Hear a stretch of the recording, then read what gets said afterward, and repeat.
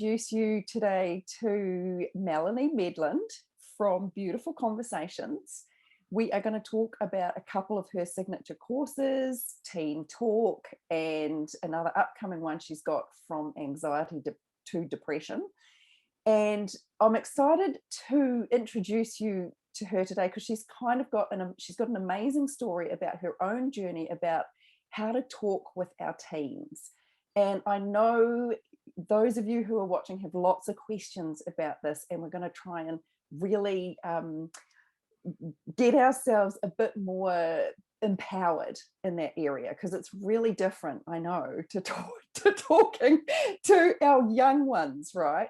So welcome today, Melanie. Thank you so much for being on this expert series and being willing to share with us your journey, your wisdom. And can you please start by giving us a little bit of context of your story, because it's such a beautiful story, and how you came to this work? Well, thanks so much. It's just absolutely fabulous to be here, Emma, and I'm really excited to be able to share this with all of your viewers. And our story sort of starts in 2018 when my eldest daughter, Alex, who at the time was 17, went from it felt like it was almost overnight. She went from being this bubbly, confident, really capable social kid who was like a perfectionist, everything had to be right, and she did really well at school, to just retiring to her bedroom, pretty much staying in bed, sobbing, really highly anxious, super depressed, and just, I say at the time, I felt like a switch went on in her head overnight. But actually, now that we're through it all, and because she's had, she's come out successfully at the other end. Now that we're through it all, when I looked back, the signs were there much earlier. But at the time, I thought her not wanting to get out of bed was kind of, your normal teenage behavior. Yeah. And just that, this was just a hormone thing. And of course, she didn't want to get up because she was a teenager. Yeah, I Those get kinds of that. things. Totally get Yeah. that. Yes. So I did miss a few signs because I really wasn't actually on the ball enough to pick those up.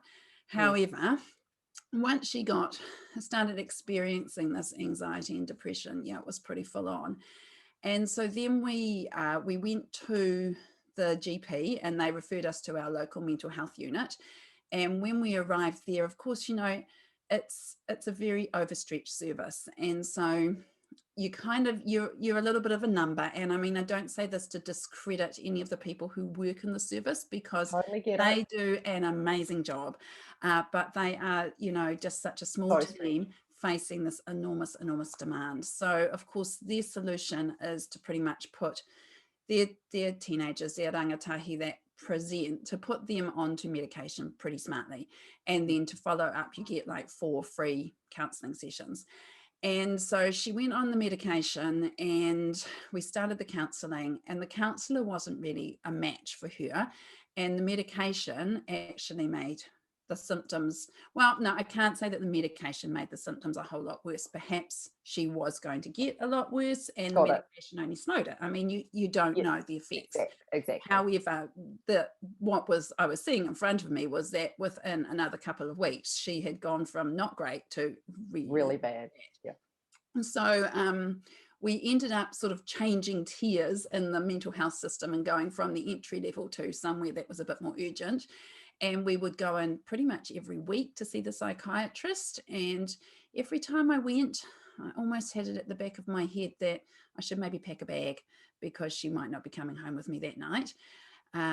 But fortunately, we didn't get to that. She came home every time. And we ended up working one-to-one with a local, like they're an offshoot of Maranoto, which is what we have in Auckland, an offshoot, a local community area. And so her counsellor the girl who became her counsellor actually wasn't a trained counsellor. She was a registered nurse, and she was young and hip and the absolute perfect person for Alex at that time. Interesting. Yeah, Yes. so she was just fantastic. And what she would do is, I was included in a lot of these counselling sessions, not all of them, but the ones that I could go to. her counsellor would turn up with this pages photocopied from a book, and she'd say, okay, this is what we're going to work through today, and she'd explain the exercise, and then she'd send Alex and I away to do it together at home. So that was great, because that gave me the grips, a place to get started. Because when you're faced with anxiety and depression, like, she was experiencing anxiety, so therefore she was feeling really depressed about experiencing anxiety, but she also felt guilty because she was feeling this anxiety and this depression, and she was ashamed, and there were all these emotions just like all tangled up in the middle there, and it's like, where do you start? That's right. Which bit of wool do you pull? Yeah, which piece? And it's kind of like it's like facing an octopus. I'm going to chop off an arm over here and 3 are going to grow back over there. And for a long time, or not a long time, but for a while, I didn't know, like, I was scared to say anything in case I said the wrong thing. And I got it wrong. I made things worse. So it was like this. But once we could figure out, like, this first main exercise that is what it's in one of my courses, the A to D bootcamp, that was like our turning point. And we were just really able to start working together and moving this experience through, and just starting to move through there. So gradually, she did get better, and her recovery went like this, and then like this, and then like this, and then like right down, because during her recovery was actually when her attempt at taking her own life happened. So, and that was at that point where I had thought that she was getting better. Yeah. And those depressive voices that she was still experiencing in her head came back to visit when the first time in months she was actually on her own. And, it was just, that was her opportunity, and she took it, fortunately unsuccessfully. That ended up with us doing the emergency trip to hospital. And again, that night we actually came home together, which I was really surprised about.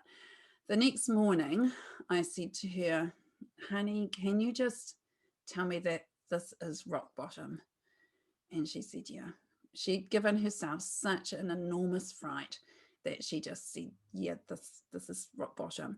And, we kind of had to go there in order to actually get the push we needed just to get herself off there, because after that, her recovery was really quite quick. So it suddenly shot up again, because she was kind of like, I've looked that demon in the face. I've followed its instructions. I know it's not to be trusted, and I'm not going back there. So that was kind of, we had to go there, and that's heartbreaking. I mean, my heart goes out to any parent who's in that situation with their teenagers. Do you think, Melanie, that there are, with some tools and understanding, that it's possible not to get there, or is it a kind of a case of we need to prepare ourselves if our children go there, that we're not feeling judgment or shame or guilt ourselves, as well as seeing it in them, and preparing us? Like, how do we... there's a whole double layer. It's massive, and that's what I found when I got started. So there's, for you as a parent, it's really super important that you spend time with somebody that is, as I would say, a professional who can help you manage your state, so that you can be the person who is there as their rock and can hold that expectation for them that they will get better. And that in itself is a huge piece of work. So there's that work. And then there's also the piece of work that you're there to help and support, the things that you say and do with your teenager as well. So definitely you could be going into these things just like really expecting to be prepared. And there's this amazing course, which I only found out about later, but it's a free one, and it's run by the New Zealand Ministry of Health, and it's called Life Keepers. So if you look up, anyone listening looks up Life Keepers. We'll put the link to this below. Definitely, and I thoroughly recommend that. Okay, so that's a good kind of for parents. Yes, as opposed to for kids. Parents. Yes, you have to be over 18 to actually take this Life Keepers course, and it's like you can sit through it in an afternoon. So but it's all these little short snippets of videos that are really quick, and it really teaches you how to walk alongside somebody with whom you are concerned about. Okay, Uh, cool. and the things to say if you get into those conversations. Yeah, Yes. so that you can really support them and you can open up a conversation that isn't telling them what to do, but it's accepting that you're there and you don't need to have the answers. Look, I want to really dive into this, and Yeah, I want to come back to it, but I just want to ask one question because it's left a sure. question in my mind, and Yeah. for those listening, they might have the same question. Right at the start, you said you missed some of those signs. Mm. Do you think it's helpful to know what those signs are, or do you just kind of afterwards go, there were signs there, but they're so hard to Yeah. untangle from Yes. regular Yeah. teenagehood? What do we, should we be more aware of those signs? That's what I'm asking. Yes. Should we Yeah. be aware of those, or is it just part of it? Yeah. Well, on that A to D boot camp, I actually have a checklist there of Okay. signs to look for. Okay. Things that you could be looking for. That will.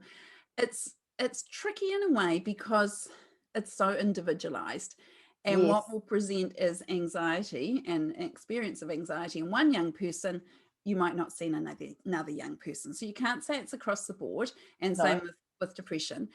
The thing being though, that if it's actually consistent for more than 2 weeks, and you as a parent who knows your teenager probably Yeah. better than they know themselves at that point, Yes. if you have noticed that for more than 2 weeks, then it's probably not going to be your normal stuff. It's probably Okay, got you. sinister. And this is where it wasn't until I started journaling and writing everything down, because, Yes. as parents, we're just so busy. Oh, Alex has got a God. couple of younger siblings and, and I was working and, life. Yeah. So things get forgotten. But then it's when you start actually journaling things down, then you start to see these patterns. And then you start to think, oh, yeah, hang on, I'm seeing this all the time. She's waking up and not eating breakfast when she normally would have eaten breakfast, just for an Yeah, so example. changes that Yeah. are kind of like unusual. Yes, Yes. no, Yeah. yes. And you I can might know that. get like the odd day where they do something that's just like weird or Oh, of course, they're human. yeah, But but it's if you're seeing that consistency. consistency. That's really Yeah. helpful. Yeah. Yeah, Yeah. So yeah. there is a free journal download as well that you can get for, which is the Oh, journals that I followed. So you can brilliant. get those as well. So people can access those, Can- because can- it makes such a difference being able to actually pinpoint. Yeah, that's Yeah. really helpful. So if there's any concern, you can Mm. get that and start going, is this Just something I spend should a be couple of weeks just looking. just Yeah. looking and being aware? Yeah. And oh, And that's just go really back over it. helpful. And then Yeah. it's even worth, that's a beautiful conversation opener with your teenager to say, hey, I'm noticing that this is happening, Yeah. this particular behavior, and it's been going on now for a couple of weeks. You want to talk about that? So let's go there, Melanie. Okay. Let's go into talking with teens, because this is such a Yeah. we're not kind of, well, I don't know, it's been surprising for me, just the shift from childhood to tweens with Yes. my daughter, how differently I have to Mm. engage with her in Mm. order for her to engage back. Yes. Yeah. So where do we start with this? I read on your website that we need to shift from talking to them to talking with them. So can you let's start there. Yeah. Okay. So this is kind of where teen talk comes in. And this is Yeah. where, I started off as moving through, and I've now moved to beautiful conversations, because this is where I found was kind of like the heart of it all, was that it was maintaining that open communication with your teenager, and that you don't have to know all the answers. Yes. You just need to be able to talk with them. And so, when they're younger, we often fall into the pattern, or some of the patterns in the ways we talk to our younger children can be kind of solution giving, like we're quite quick to jump in and give a fix, move on with our life, because, we're busy. Oh, I've never done that, Melanie. I was the queen of this. I'm sure no one else can relate to that either. Yes, no, I'm hearing you. Yeah. I'm hearing Yeah, you. Yes. yeah. So there's 5 different types of solution giving comments that we will come out with, when when we get things, when it comes down to it. So this is all like research based. And Yes. then there's the next category of roadblocks are judgment ones, and they're the ones that are a bit harsher, but sometimes they're the kind of comments that you can kick yourself for later, but in the stress of a moment, they've popped out of your mouth because that's what was said to you when you were younger, and it's almost like this unconscious thing. Give us an example of that, Melanie, because that's ringing a bell for me, but a concrete example, because I know after I'm like, oh, that was such a judgy thing to say. Absolutely. So it might be something along the lines of, well, whose fault is this? Right. Yeah. You know, Okay. so a blaming kind one. of a right, a kind of a blaming, kind of a see, I told you. Yeah. Okay. Or, you know, a bit of analyzing in there, you know, now, come on, you know, what did you do wrong to make this happen, sort of thing, you know, that kind of thing. Yeah. Or, Why did you do that? I told you. Yeah, absolutely. Okay. Yeah. Yep. So those and they can just pop out of your mouth because that's what and it's really interesting. Like I give in Teen Talk, I give people a little checklist to make sure, you know, well, to see what they're saying. And they're to bring awareness to our words. Because once you're aware of something, then you can change it. But until you don't know about it, well, you don't know what you don't know. 100%. 100%. Yeah. And then often you might think, okay, my and this was me to a T, my parenting's not that great, so I want to really up it and I'm going to be more positive. And you kind of go to the denying side of things, which is all, you know, you're praising and you don't worry about it. It's not going to matter in 5 years' time, you know, like well intended, but so not helpful. Yes. Yeah. Oh, look. Yep. And we talk a lot about, you know, that kind of getting into praising and rewarding and just trying to be all happy and and how it just doesn't work. And the evidence and research totally shows backs that up. Yeah. And then of course there's the interrogating, which is, you know, your parent 20 questions that are just rapid fire and really not helpful again. So particularly with boys, right? I mean, I'm not saying it's not helpful with girls too, but it seems like with boys that's even more of a like, you know, you know, and often, like when you think about it too, the way that you interact with your partner as well, that can even come in there, you know. So then not only are you saying it to your kids, but they're also seeing it modeled in the way that you talk with your partner as well. So it's kind of no wonder. And I mean, this is what happened to us, and no disrespect to like my parents, they were wonderful. They were doing the best they could do with the tools that they had. Exactly. And so it's about sort of noticing that what you're doing and then consciously deciding to make a change. So, you know, making a change, when you decide to make that change in the way that you talk with your teenagers, with your adolescents, you know, it looks like you're fully paying attention. So there's no more of this coming home and yelling something over your shoulder. Okay, you know, you actually go and find them and you get yourself into rapport with them. And you just really paying attention to their body language, because there's so much that's said that we miss when we're not looking. Paying attention to your tone of voice. And the words that we say are actually only about 7% of the entire communication. Wow, that's interesting. And, you know, like the listening is stopping and making sure that actually what's gone into your ears, you've understood it properly as what they mean. So it's about saying, so it sounds to me like you are, you know, like that. So you make sure you check in with them. You go, hey, I think what I'm hearing from you is this. Absolutely. Okay, so cool. It's that kind of really deep listening. And it doesn't matter if you get it wrong. That's no problem. But because you've asked. But it also, it's really helpful for them. If you get it wrong, they go, no, that's not it. And then they explain it again. So you're actually giving them this massive gift, because you're letting them get their stuff out of their heads, you know, and it's just beautiful to be able to do that. It's just lovely. And then, of course, you know, you're on the same page and you're able to keep that beautiful rapport going with them. Now, I think one of the tricky things with that for a lot of people is that when that happens, they feel like they're agreeing with their teenager and therefore they're not so keen to go there. However, it's not really, you're only listening. Yeah. So it's, you're just keeping that in perspective, that actually you're listening, you're not agreeing to them, because you will be It's just nodding being your head. So you're just being really curious about where they're coming from. You're not Absolutely. necessarily going, I'm just going to agree with everything you Yeah, yeah, say. yeah, Yeah, yeah, yeah, yeah, yeah, yeah. No, yeah, no, that's really good yeah, yeah, distinction to, yeah. you And know, then, and I can you're totally get that. Yeah. sending those I messages back to them again, Yes. that you're stating your point of view, and you're sending a non-blaming, a non-judgmental I Yeah. message. So it's not like if you walk into the kitchen and the bench is a mess, you're not going, now who did this and whose fault is this, and and losing your rag about it. You're going, okay, when the bench is really messy, this means that I have to slow down because I can't cook dinner, and I really resent the time that's taking me to clean it up. That's such a beautiful I message to be able to send. It's not pointing the finger at anyone. It's just saying, hey, there's a problem Yep. here. On the Yes. video camera, we can see that the bench is messy. It's, you know, It's obvious, right? yeah, yeah. Yeah. And it's just taking it from there. So it's keeping things. So walk us through that, Melanie, because I think this is beautiful. So walk us through. You've come home. I've come home. Yeah. Because this happens in our Oh, household. it does. Yeah. I mean, every household on earth, I'm sure.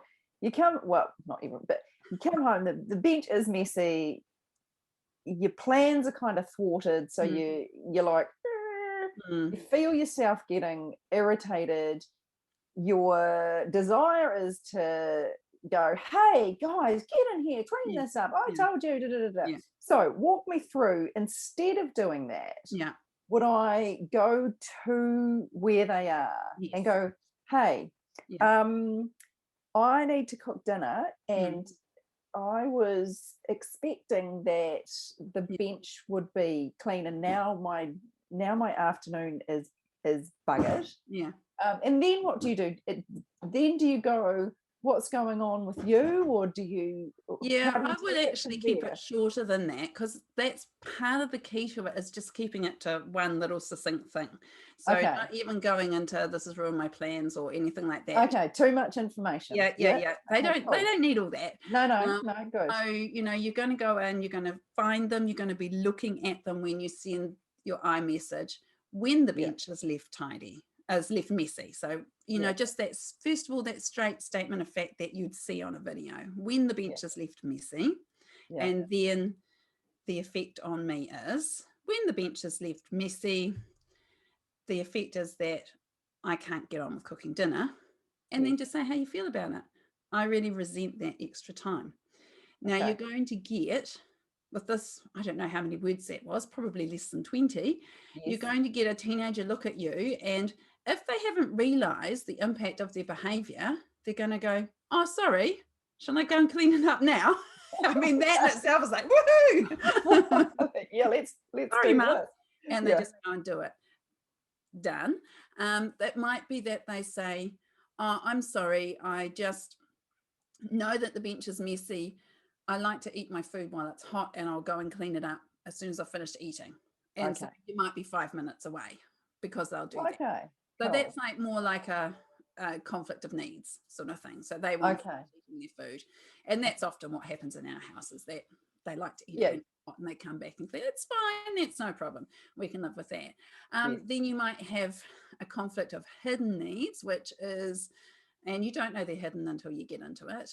So that could be the reason why they haven't gone to clean the bench up straight away, is because they like to eat their food while it's hot, and then they're absolutely knackered from school, and so they'd like 20 minutes of downtime before they go and clean up the bench. So at this point in time, they're not actually refusing to clean up the bench for any reason other than getting their own needs met, which is, flexibility if it's available. That's cool. And it's so handy to know this stuff as well with them. It's great. But then you could have a conflict of values, which is that actually they think that it's your job to clean up the bench. Yeah, so let's go there. Or they really don't care. So, So what do we do then? Okay, so that you become a consultant at that point in time. I am now your consultant. That becomes more of a longer conversation, and it's not something that you want to deal with on the run. So if you get a response that is like, whatever, or, your teenage eye roll or something, Yeah, you yeah, can yeah. say something like, okay, I see we're not going to be able to get to this immediately. When Okay, would be a good time to chat about it? nice. So make a time. Okay, You're going to go back, and then you're going to go back and you're going to get on with whatever it is that you need to do next. If they're clearly not going to come and clean up the bench, then okay. maybe it is going to be your job. However, when you revisit the conversation later, when you're in a calm state, Yes. when your heart rate, the beats per minute are not over 95, that's like a critical factor in getting these conflicts resolved. And honestly, like, making a time with them to have this chat is just, it's such a powerful thing to do. It's such Yeah, a powerful because it's thing. respecting their time, isn't it? It's respecting that they Yeah.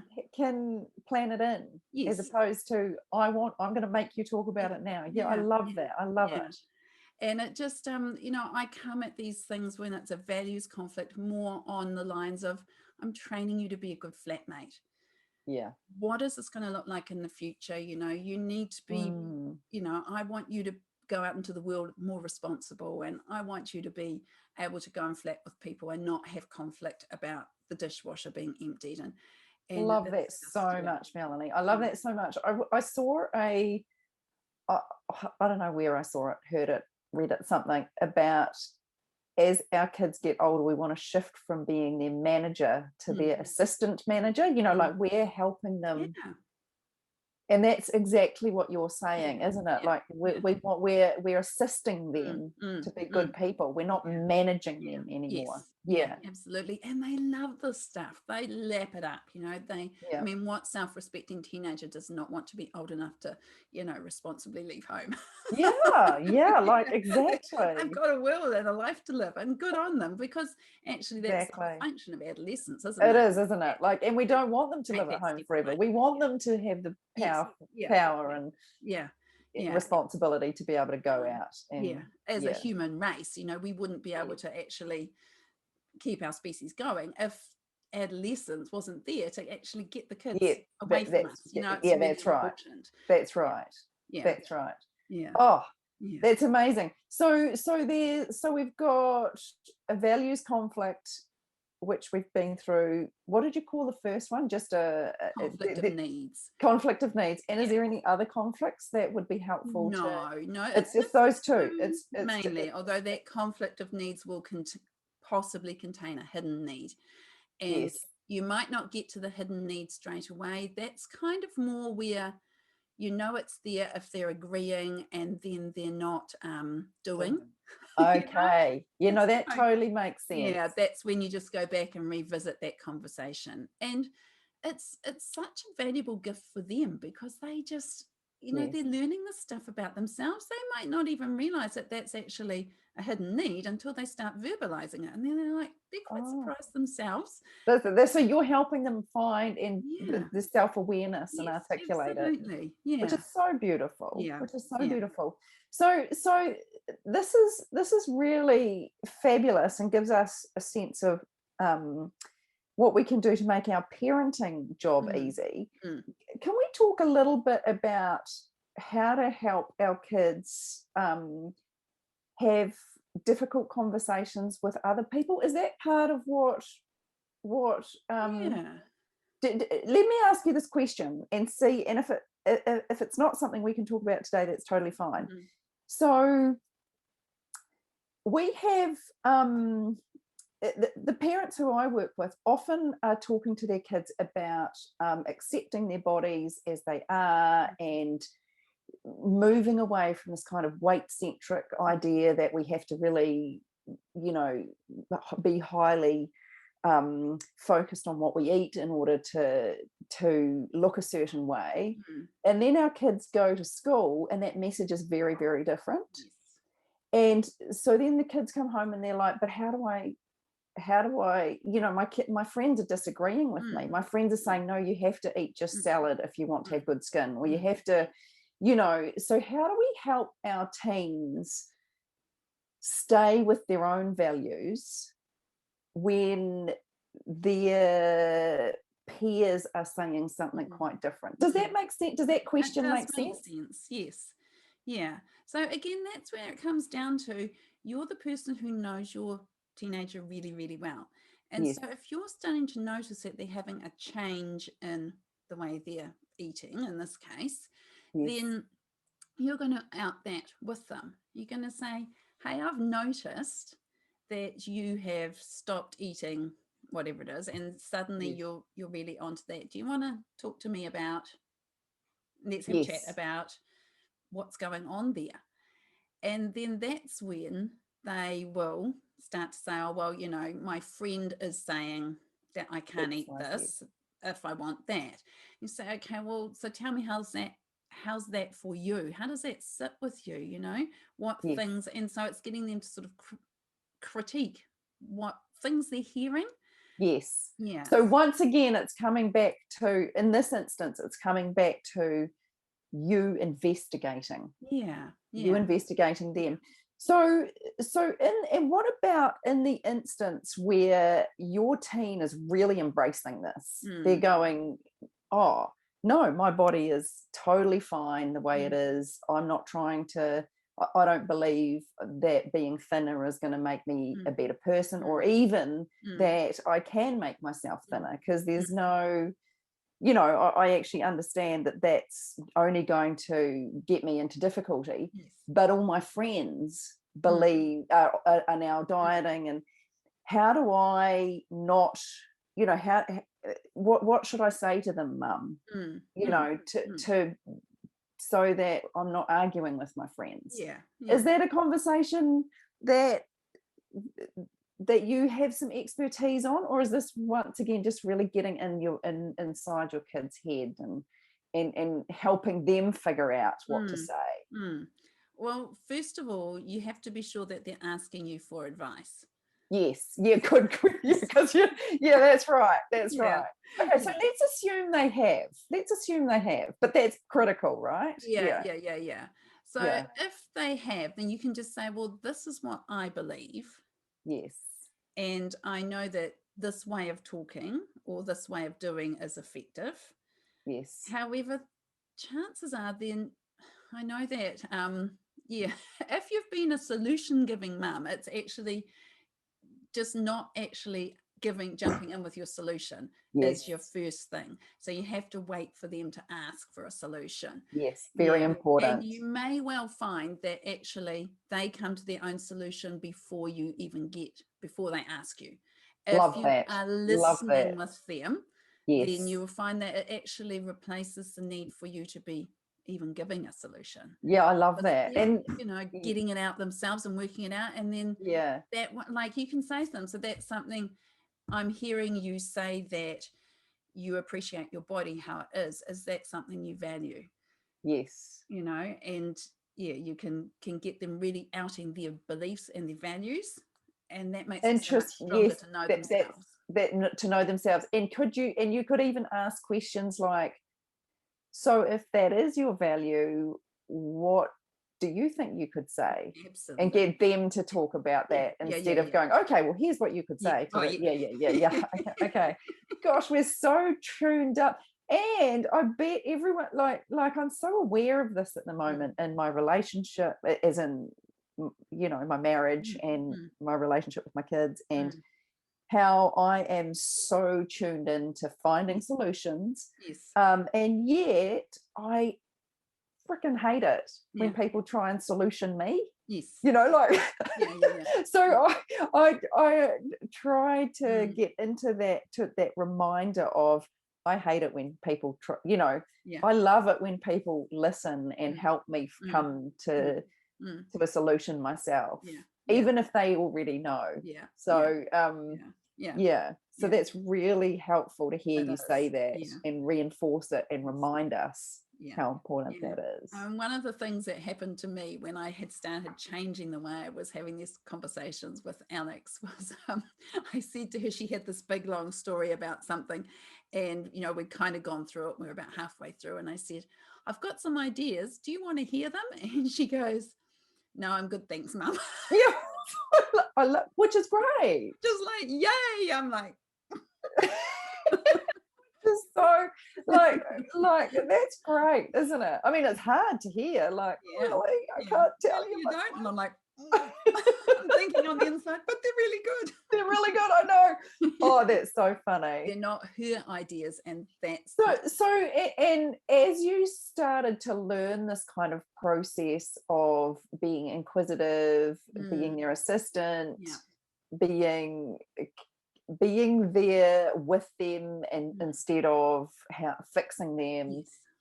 was this kind of stuff you learnt in tandem with your daughter recovering? Is this how it? Yeah, it kind of started with her recovering, and then I went on and I did some more NLP work. So I upskilled I was at that stage a practitioner, and Yes. now I'm a master practitioner. And the next step in the NLP world is that you become like a trainer of people learning NLP. Yes, But I didn't yes. want to do that, but I did want to become a trainer of transforming communication skills.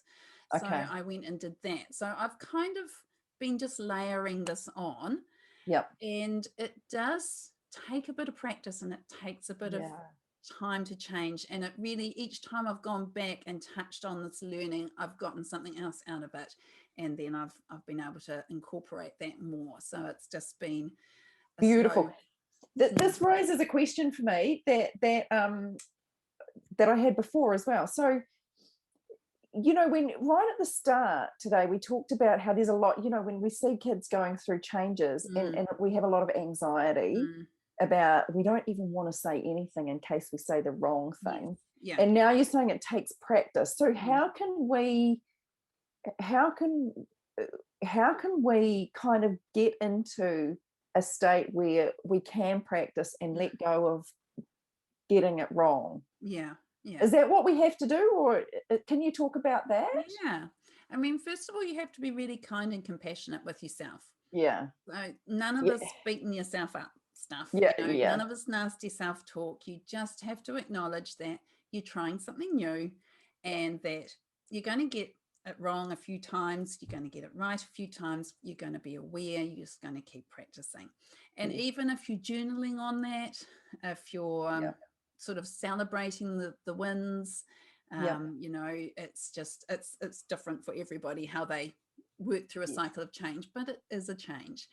And one of the things that I tried with my teenagers, which they absolutely loved, was I actually put these roadblocks in detail on the fridge on a piece of paper, and I asked them to ping me whenever they heard me using one, and they were like so on it to, Mum, I got you. You said that, all that sort of, and it was just such funny family stories, and just hilarious.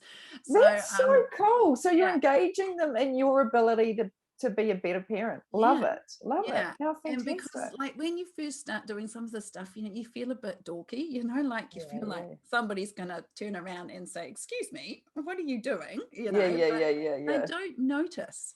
And so it's such a safe place to make those changes at home in this family bubble. So not only are you changing, but your teenagers are changing.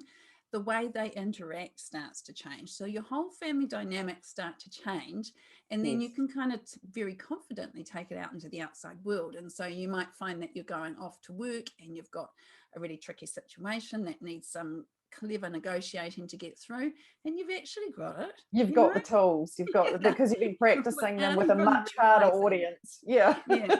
So we did have a few interesting family conversations. I bet you do. Some of the things, and it's actually, like you ask a teenager to say, if you say to them, oh look, I want to stop blaming people for when things have gone wrong, can you just keep an eye on that for me? Man, they're good watchdogs. Mum, just let me tell you.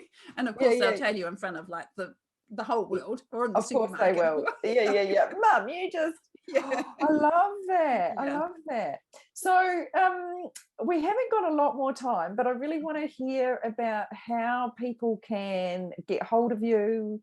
The two, just very briefly, tell us about your two programs. Sure. And who they are for, like at what point are they helpful for us? Okay. Well, Teen Talk, I think we've kind of talked about that quite extensively in this last bit of time. So it really goes into the roadblocks and the things that you can do to change that and to change the way that you talk with your teenager.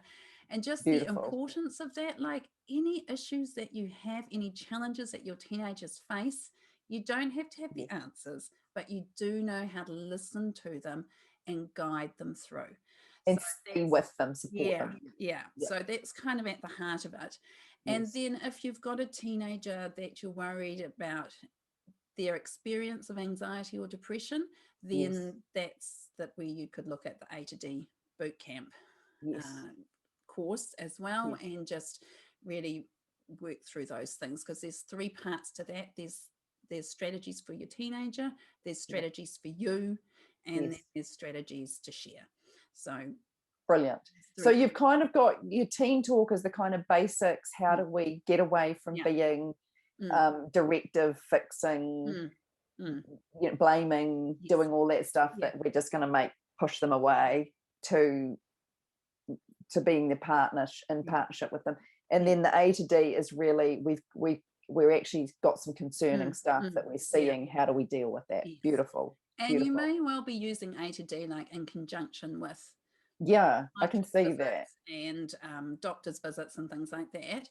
Yes. The thing being that you pack your children off to counselling, and that's great, but they only see the counsellor for an hour a week, whereas they see you for X number of hours, and the things that you say and do in those little tiny gaps of life are the things that make the difference. So it's, A to D is really good from that point of view of being able to just have things that you can fall back on in the home and the way you talk to them. Totally get that. That's really, really fantastic. So I will put, for anyone who's listening or watching this, I will put all the links to your courses, to you, and so people can get hold of you if they see that. Yeah, I'd love to have more people reaching out and being able to support them, because it's a really lonely, scary journey. Things like self-harm and things like anxiety and depression, they're not things that we talk about. As a parent, we're ashamed that and terrified, right? Terrified and pissed off. And the last thing we want is people coming in with solutioning us, who are not listening and don't know the whole background and are not talking to us. It just makes us more shamed and more scared. Or being really well intentioned and saying cheer up. Oh my goodness. If they could, they would. I know, cheering up's gonna, you cheering up's gonna make any difference to what's going on. Exactly. So the more people I can help, the better, because we don't have to go through this alone. Absolutely. I love that. Thank you so much, Melanie.